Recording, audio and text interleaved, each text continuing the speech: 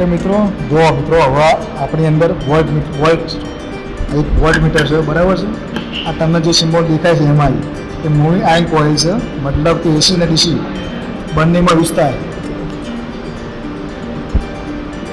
આ જે સિમ્બોલ દેખાય છે એ સાઇન વેવ છે, મતલબ એસી.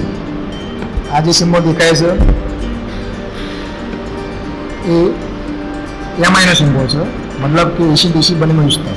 આ જે સિમ્બોલ દેખાય છે એ પોઝિશન સ્કેલ છે, હોરિઝોન્ટલ છે.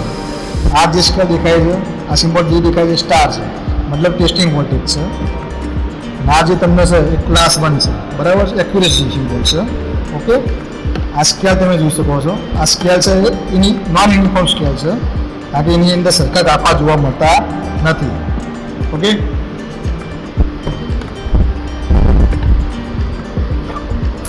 આની અંદર જુઓ, આ જે સિમ્બોલ દેખાય છે એ PMCCનો સિમ્બોલ છે, મતલબ પરમેનન્ટ મૂવિંગ કોઇલ, બરાબર, મતલબ ડીસીનો સિમ્બોલ છે. ઓકે, એના સ્કેલ તમે જોઈ શકો છો સરખા છે અને બંને ટર્મિનલ આપેલા છે, પ્લસ ને માઇનસ.